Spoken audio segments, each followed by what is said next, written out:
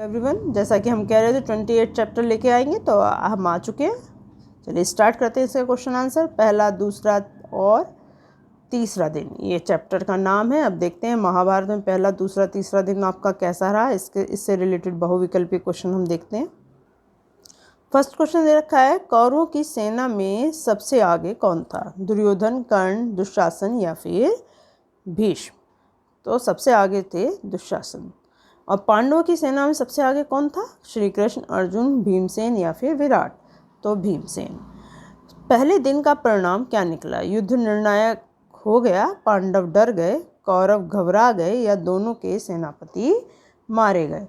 तो इसका आंसर होगा पांडव डर गए। दूसरे दिन के युद्ध की व्यूह रचना किसने की? धृष्टद्युम्न ने, युधिष्ठिर ने, अर्जुन ने या फिर श्री कृष्ण ने? तो जो व्यूह रचना करी थी वो थे धृष्टद्युम्न। तीसरे दिन का परिणाम क्या हुआ? कौरव परास्त हो गए, पांडव परास्त हो गए, कर्ण युद्ध भूमि छोड़कर भाग गए या भीष्म पितामह युद्ध रुकवा लिया? तो पांचवें दिन कौरव परास्त हुए थे। चलिए अब इसके लघुत्तरी को चलिए फर्स्ट क्वेश्चन दे रखा है, युद्ध के समय कौरव और पांडवों की सेना के अग्रभाग में कौन कौन रहा करते थे? तो कौरव सेना और के अग्रभाग में दुशासन तथा पांडव सेना के अग्रभाग में भीमसेन रहा करते थे। नेक्स्ट क्वेश्चन दे रखा है, इस युद्ध में मानवीय संबंधों का कोई मूल्य नहीं रह गया था, कैसे?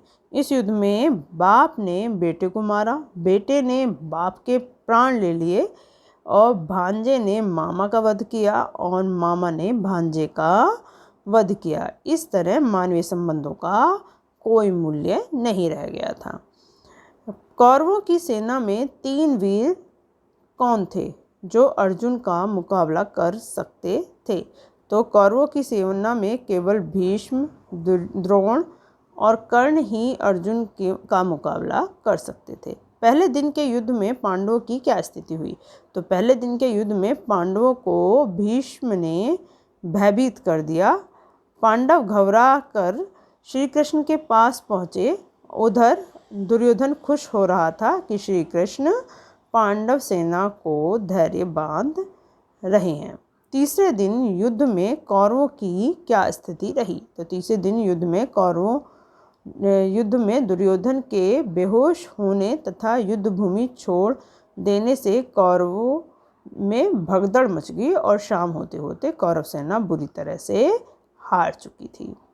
अब दीर्घोत्तरीय प्रश्न आ गए हैं। दूसरे दिन के युद्ध में पांडवों ने क्या किया? तो पहले दिन के युद्ध में अपनी सेना की दुर्गति देखकर दूसरे दिन धृष्टद्युम्न ने बड़ी सतर्कता से व्यूह रचना की। अर्जुन का रण कौशल देखकर कौरवों के महारथी दंग रह गए। भीष्म और अर्जुन में देर तक युद्ध चलता रहा। सात्यकी के बाण ने भीष्म के सारथी को मार गिराया, जिससे कौरवों की सेना में भगदड़ मच गई। वह कौन सी घटना थी जिसके कारण श्री कृष्ण अपनी प्रतिज्ञा भूल बैठे?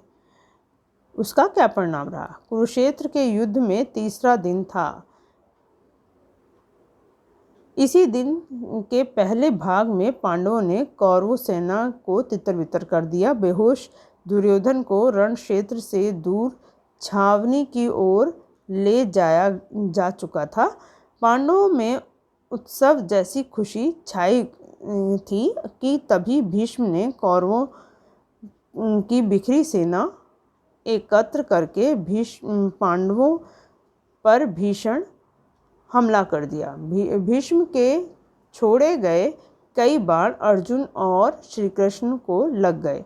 इससे श्री कृष्ण क्रोधित हो उठे और अपनी प्रतिज्ञा भूल बैठे और भीष्म को मारने की ठान ली। यह देखकर अर्जुन भी श्री कृष्ण को समझा बुझाकर रथ पर वापस लाए और कौरव सेना पर ऐसा हमला किया कि कौरव सेना बुरी तरह से हार गई।